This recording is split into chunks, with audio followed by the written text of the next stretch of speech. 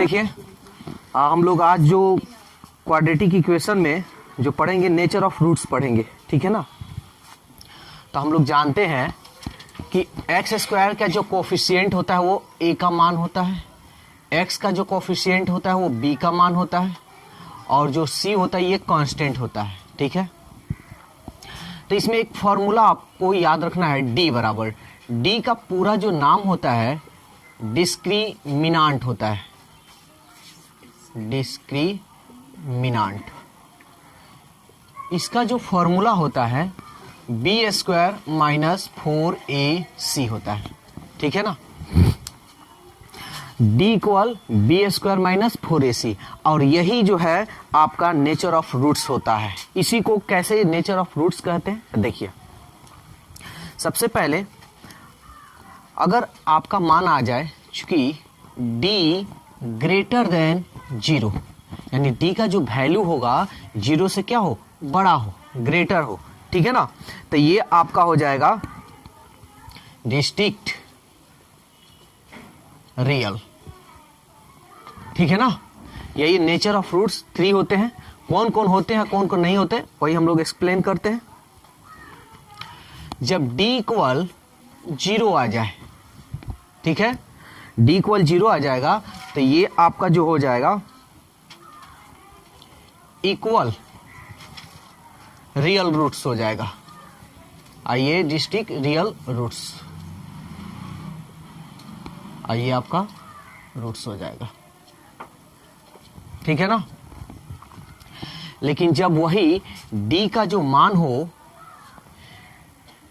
d का जो मान आए 0 से छोटा हो जाए, यानी क्या हो जाए, 0 बड़ा हो जाए।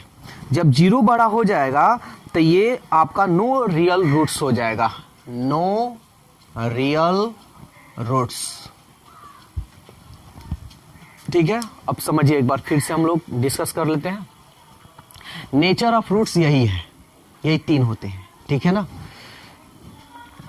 यहां आप सपोज दैट मान लीजिए कि d का मान आ गया आपका 4, तो एक बात बताइए कि d का जो मान 4 आया है 0 से बड़ा है या बराबर है या 0 से छोटा है, बड़ा है। d का मान क्या है, 0 से बड़ा है। जब 0 से ये बड़ा होगा तो ये क्या, कौन सा नेचर होगा, डिस्टिंक्ट रियल रूट्स, ये वाला हो जाएगा। समझ में आया। लेकिन वही अगर d का मान अगर आपका आ जाए 0, सपोज दैट d का मान निकाले, आ गया आपका 0, d इक्वल 0 है ना। जब d का मान या वैल्यू अगर 0 आ जाए तो आप इसको कह दीजिएगा इक्वल रियल रूट्स, ये हो जाएगा, ठीक है। सपोज दैट अगर d का मान, अरे तीनों में से कोई ना कोई आएगा ही, d का मान मानकर चलिए -4 आ जाए। हम पूछे एक बात बताइए, d का जो मान है 0 से बड़ा है या छोटा है, छोटा है, इसका मतलब 0 बड़ा है। जब d का मान 0 से, जब d का मान 0 से छोटा हो या 0 d से बड़ा हो, ठीक है, तो ये आपका क्या हो जाएगा, नो रियल रूट्स हो जाएगा, ठीक है। अब फिर से एक बार रिपीट कर रहे हैं, जब d का मान 0 से बड़ा होगा तो डिस्टिंक्ट रियल रूट्स होगा, जब d का मान 0 होगा तो इक्वल रियल रूट्स हो जाएगा, और जब d का मान 0 से, यानी 0 से छोटा हो, तो d का मान जब 0 से छोटा होगा तो नो रियल रूट्स, यानी नो रियल रूट्स का मतलब इसका वैल्यू हम लोग नहीं निकाल सकते हैं, ठीक है। तो चलिए इस पे अब हम लोग कुछ एग्जांपल लेते हैं।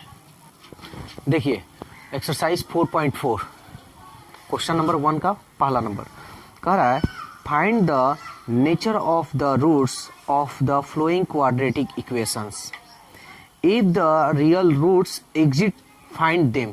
कह रहा है कि जब ये रियल रूट्स एग्जिट हो तभी इसको ज्ञात कीजिए, अन्यथा नहीं।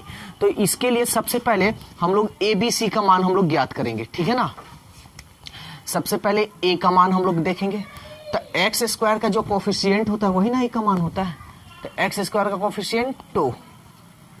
बी का देखते हैं, जो एक्स का कोफिशिएंट होता है क्या है, 3, लेकिन माइनस में। सी का मान क्या है, 5, ठीक है। तो पहले एग्जिट हम लोग देखेंगे कि ये एग्जिट है कि नहीं है। तो इसके लिए हम लोग क्या करना होगा, डी का वैल्यू निकालना होगा। डी इक्वल फॉर्मूला हम लिखवाए हैं B square minus 4ac, B का वैल्यू क्या है -3 स्क्वायर, 4 ए का वैल्यू 2 और सी का वैल्यू 5, 3 ये तो माइनस माइनस प्लस हो जाएगा ना, 3 3 जा 4 2 जा 8 5 जा 40, ये बड़ा है माइनस 40 में से 9 गया 31। अब बताइए सिंस डी 0 से बड़ा है या छोटा है?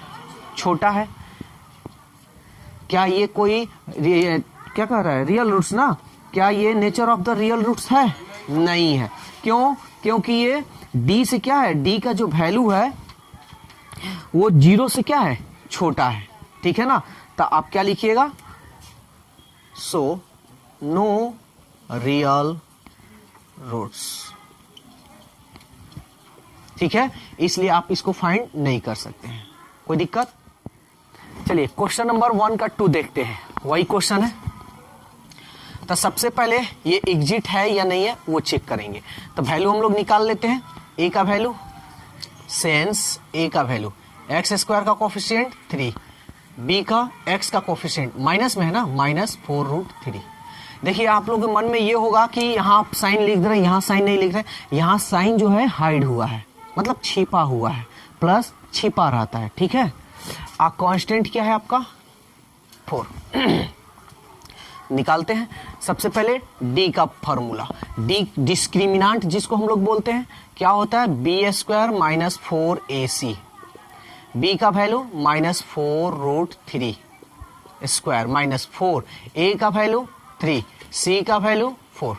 यहां देखते रहिएगा, माइनस माइनस क्या होगा प्लस, 4 4 जा 16, ये √3 का स्क्वायर है, तो स्क्वायर जब हटेगा तो ये रूट हट जाएगा, तो ये हो जाएगा आपका 3, 4 3 जा 12, और 12 में हम 4 से करेंगे 4 3 जा 12, 12 में 4 से करेंगे 48, और 16 3 जा 48 -48 इक्वल 0। सिंस जब d इक्वल 0 होता है तो हम लोग क्या बोलते हैं, equal real roots. So equal real roots, it's exist, exist है ना जी, तो ये एग्जिट है, तो आपको अब फाइंड करना वैल्यू। तब इसके लिए एक फॉर्मूला याद रखिएगा, ध्यान दीजिएगा, यहाँ पे एक फॉर्मूला बस याद रखना है आपको।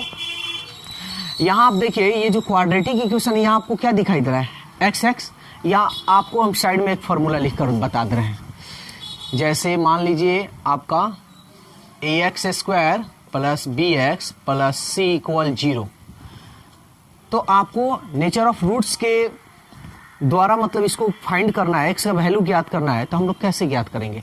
तो देखिए यहाँ क्या दिखाई दे रहा है, x है, तो x इक्वल एक फॉर्मूला हो जाएगा -b + -√b² -4ac/2a। ये b² -4ac है ना, इसको आप ऐसे भी लिख सकते हैं, x equal -b + -√b² -4ac को हम लोग क्या बोलते हैं, डिस्क्रिमिनांट। तो इसके जगह पर आप डायरेक्ट d/2a भी लिख सकते हैं। बोलिए कोई दिक्कत है तो अब हम लोग फाइंड करते हैं, ठीक है। तो देखिए अब हम लोग फाइंड करते हैं, क्योंकि ये एग्जिट था, ठीक है ना। सो x इक्वल -b + -√, ये आपका फॉर्मूला है, इसको याद कर लीजिएगा आप लोग,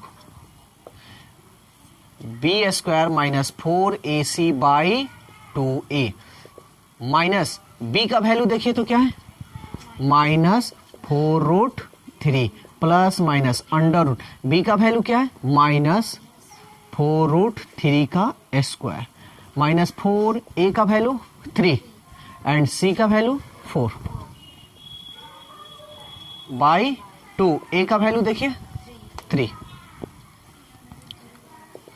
minus minus plus 4√3 plus minus under root, ये माइनस माइनस प्लस 4 4 जा 16, और ये स्क्वायर जब हटेगा तो ये केवल 3 हो जाएगा, -4 3 जा 12, 12 में 4 से करेंगे 48 बाई 2 3 जा 6, 4√3 प्लस माइनस 16 3 जा 48 माइनस 48। आप एक और बात बता रहे हैं आपको, ये जो हम लिख रहे हैं ना, इसको आप नहीं भी लिख कर काम चल सकता है। यहाँ आप सीधा डी लिख दीजिए। अच्छा, ये किसका B square minus 4ac D का ना वैल्यू है। यहाँ देखिए डी का वैल्यू क्या आया है, 0। देखिए यहाँ 0 ही आएगा, तो आप इस तरह भी निकाल सकते हैं। ठीक है, तो देखते हैं आगे।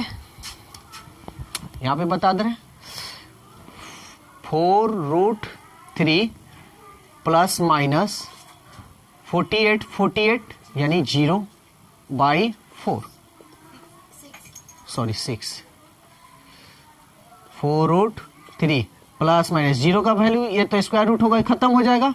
समझ में आ रहा है ना। तो ये प्लस माइनस आपको नहीं देना है। अब ये प्लस माइनस इसके लिए ना था, तब ये हट गया आपका प्लस माइनस, ये बाई 6। इसको कटा देते हैं, 2 2 जा 4, 2 3 जा 6, 2√3 बाई 3। कोई दिक्कत है यहाँ पे। अब देखिए, अगर आप यहाँ पे आंसर दे देते हैं, मान लीजिए सपोज दैट आप आंसर दे दिए, तो ये क्या हो जाएगा, गलत हो जाएगा। आंसर आपका सही आया है लेकिन ये गलत है। क्यों गलत है, आपको याद रखना है कि कभी भी क्वाड्रेटिक इक्वेशन रहे तो उसका वैल्यू हमेशा 2 होता है। हमारा तो वैल्यू 1 ही निकला है, ठीक है ना। तो ये ऐसा कभी नहीं करना है, ठीक है। इसके नेक्स्ट वाले वीडियो में भी हम बताएं। सो x का वैल्यू आपका क्या होगा, तो 2√3 बाई 3, तो दोनों वैल्यू होगा, तब कोमा लगाकर एक और इसी को 2 बार आपको लिख देना है। ये रहा आपका आंसर। चलिए देखिए क्वेश्चन नंबर 2 का 1 नंबर, ये क्या कह रहा है। कह रहा find the values of k for each of the flowing quadratic equation so that they have 2 equal roots. यानी जो है ये कह रहा है ये इक्वल रूट्स है, ठीक है ना। तो सबसे पहले हम लोग फाइंड करते हैं ABC। सिंस A का वैल्यू कोफिशिएंट ऑफ x², तो B का वैल्यू x का कोफिशिएंट k एंड C का वैल्यू 3। कोई दिक्कत। लेकिन क्वेश्चन ये कह रहा है, आपको कह रहा है कि 2 इक्वल रूट्स, ठीक है ना। ये दिया हुआ है गिवन इक्वल रियल रूट्स, ठीक है ना। ये इक्वल रियल रूट्स है, इक्वल रियल रूट्स है। तो इक्वल रियल रूट्स क्या होता है, ठीक है ना। आप इसको 2 इक्वल रियल रूट्स भी कह सकते हैं। 2 इक्वल रियल रूट्स ये हम किसको कहते हैं, जब d इक्वल 0 हो तब भी ना। तो d का हम लोग फॉर्मूला जानते हैं, b² minus 4ac equal 0। d का वैल्यू देखिए तो क्या है, ये d का तो ये फॉर्मूला हो गया। b का वैल्यू क्या है, k² माइनस 4a का वैल्यू 2, c का वैल्यू 3 इक्वल 0। k² 4 2 जा 8, 8 3 जा 24 इक्वल 0। k² ये -24 को इधर भेजेंगे तो पॉजिटिव में हो जाएगा, निगेटिव में है। जब स्क्वायर हम हटाते हैं तो हम लोग जानते हैं कि प्लस माइनस चढ़ता है, रूट तो चढ़ता ही है चढ़ता, लेकिन साथ साथ प्लस माइनस। 24 का हम फैक्टर करेंगे, 24 का फैक्टर करते हैं यहाँ। 2 1 जा 2, 2 2 जा 4, 2 6 जा 12, 2 3 जा 6, 3 2 एंड 1 3, है ना। इसको मिटा दे रहे हैं। अब हम यहाँ पेयर बनाते हैं, तो कितना का पेयर बनाएंगे, यहाँ जो है ये इसमें कितना हाइड होता है, 2 छिपा होता है, 2 k plus minus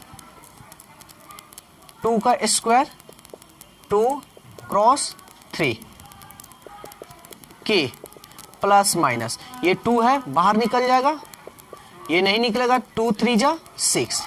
so k का मान आप ऐसे भी लिख सकते हैं, या k का मान एक बार आप डिनोट कर सकते हैं, एक पॉजिटिव में और एक निगेटिव में। तो हम पॉजिटिव में पहले डिनोट कर देते हैं और उसके बाद निगेटिव है ना, तो -2√6। तो ये रहा आपका k का। क्या कह रहा है,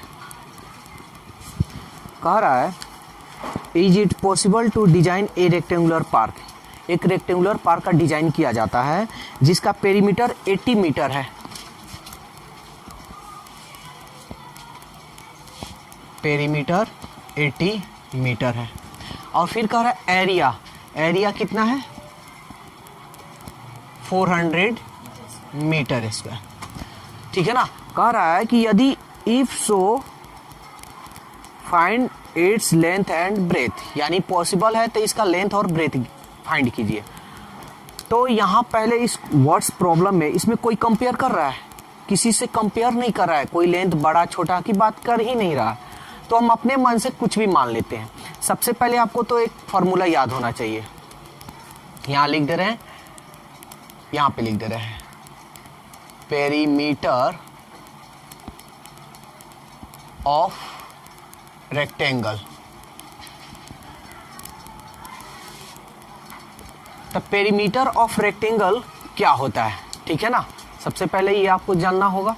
तो पेरीमीटर ऑफ रेक्टेंगल बराबर होता है 2 इंटू लेंथ प्लस ब्रेथ, ठीक है ना। एरिया ऑफ रेक्टेंगल क्या होता है L into B, length into breadth. तो कंपेयर यहां तक कर नहीं रहा है, लेकिन हम चाहे तो किसी एक को मान सकते हैं, ठीक है। हम मान लेते हैं कि लेंथ आपका x मीटर है, लेट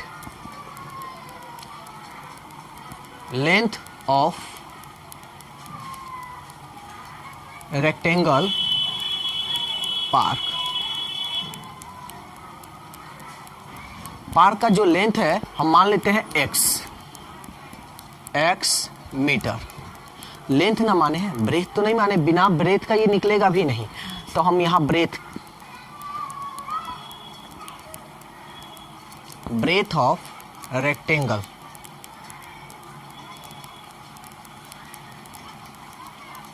पार्क क्या माने, अगर आप y मानिएगा तो ये डिफिकल्ट हो जाएगा। अगर इसी को कंपेयर कर कर मानते हैं तो ये इजी हो गया। तो थोड़ा देरी के लिए आप चाहे तो x मानिए y मानिए, किसी भी तरह बनाइए, बन जाएगा। ऐसा नहीं है कि क्वेश्चन फंसेगा, ऐसा नहीं है, बस थोड़ा मोड़ा भारी हो सकता है। तो चलिए, नहीं है तो हम इसको y मान लेते हैं। अगर केवल लेंथ से आप बनाते हैं तो ध्यान दीजिएगा, यहां देखिए एरिया ऑफ रेक्टेंगल। थोड़ा देरी के लिए आपको एग्जांपल हम दे रहे हैं दूसरा तरीका से बनाने का, दोनों तरीका हम यहां बना दे रहे हैं। एरिया ऑफ रेक्टेंगल कितना है 400, लेंथ आपका कितना था x, आपको bA ना निकालना था, इस x को इधर भेज दें तो 400 बाई x इक्वल b। तब ब्रेथ का वैल्यू कितना हो जाएगा 400 बाई x, यहां आप लिख सकते थे 400 बाई x। समझ में आया। तो इस तरह भी बन जाएगा। अगर एक्स वाई मानेंगे तो थोड़ा सा बस डिफिकल्ट होगा, कोई उतना भी डिफिकल्ट नहीं होगा। तो देखिए गिवन क्या दिया हुआ है, पेरीमीटर दिया है ना, perimeter of rectangle, perimeter of rectangle क्या फॉर्मूला होता है 2 इंटू एल प्लस बी होता है ना। अब पेरीमीटर आपका दिया है, देखिए तो पेरीमीटर दिया है 80, 2 इंटू लेंथ दिया है आपका, लेंथ x, ब्रेथ दिया है y। बोलिए कोई दिक्कत है तो इसको आप कटा सकते हैं, 2 4 जा 8, इसलिए x plus Y equal 40।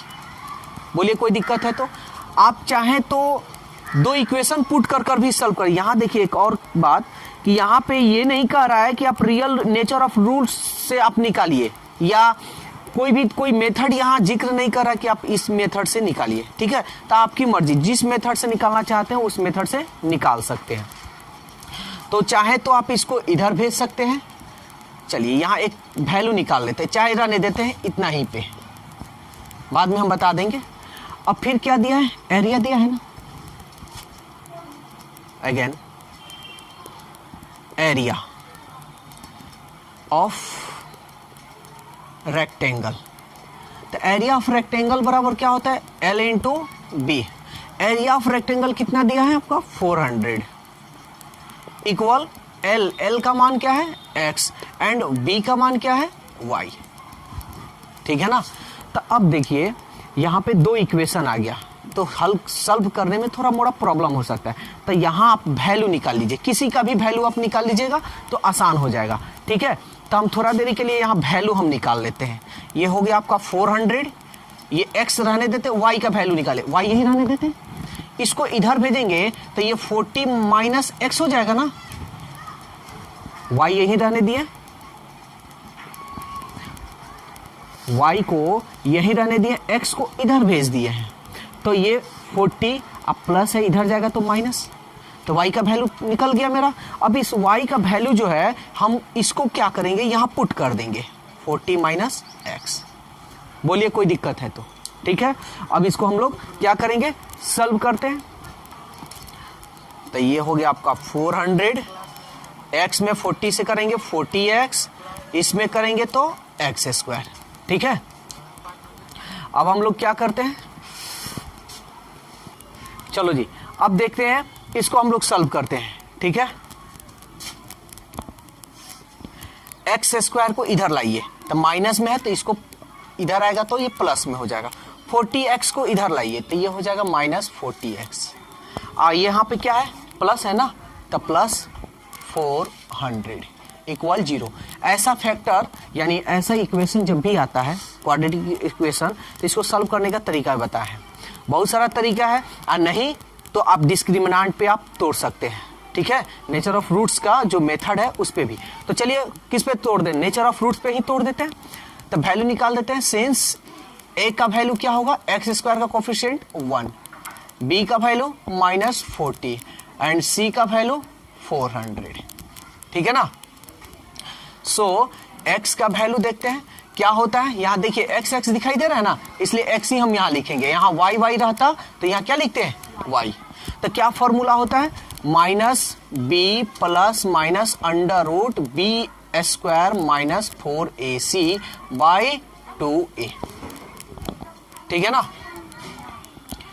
Minus B का वैल्यू देखिए तो minus 40 plus minus under root B का वैल्यू माइनस 40, 4a का वैल्यू 1 एंड c का वैल्यू 400 बाई 2, a का वैल्यू 1, माइनस माइनस प्लस। एक और बात जान लो कि जैसे मान लो मिडिल टर्म को तोड़ रहे हो, अगर नहीं टूटे तो सीधा इस फॉर्मूला का यूज कर लेना, बन जाएगा, कोई दिक्कत नहीं होगा। ठीक है ना। जब मिडिल टर्म नहीं, जो कांस्टेंट होता है एक्स स्क्वायर का कोफिशिएंट को हम गुणा करते हैं, तो हम कहते हैं ना कि इसको ऐसे तोड़िए कि मिडिल टर्म मिले।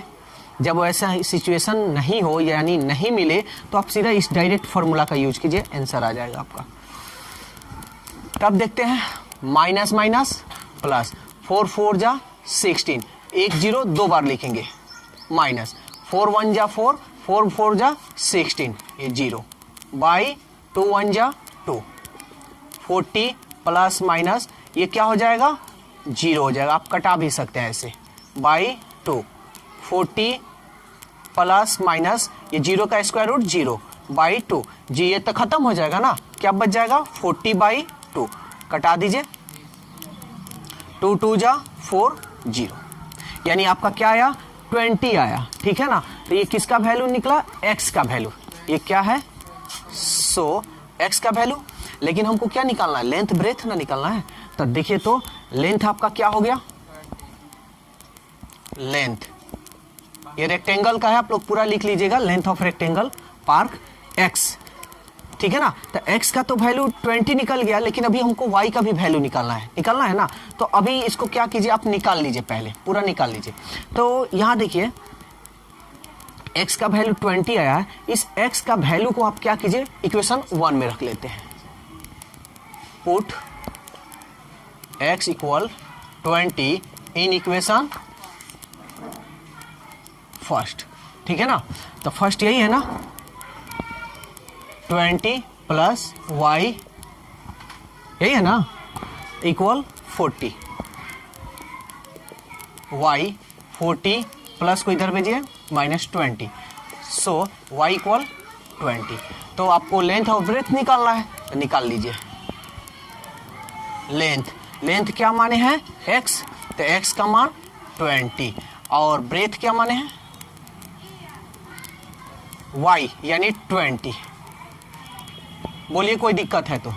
अगर ऐसे आंसर अगर आप लिख देते हैं तो ये हो जाएगा गलत। क्यों?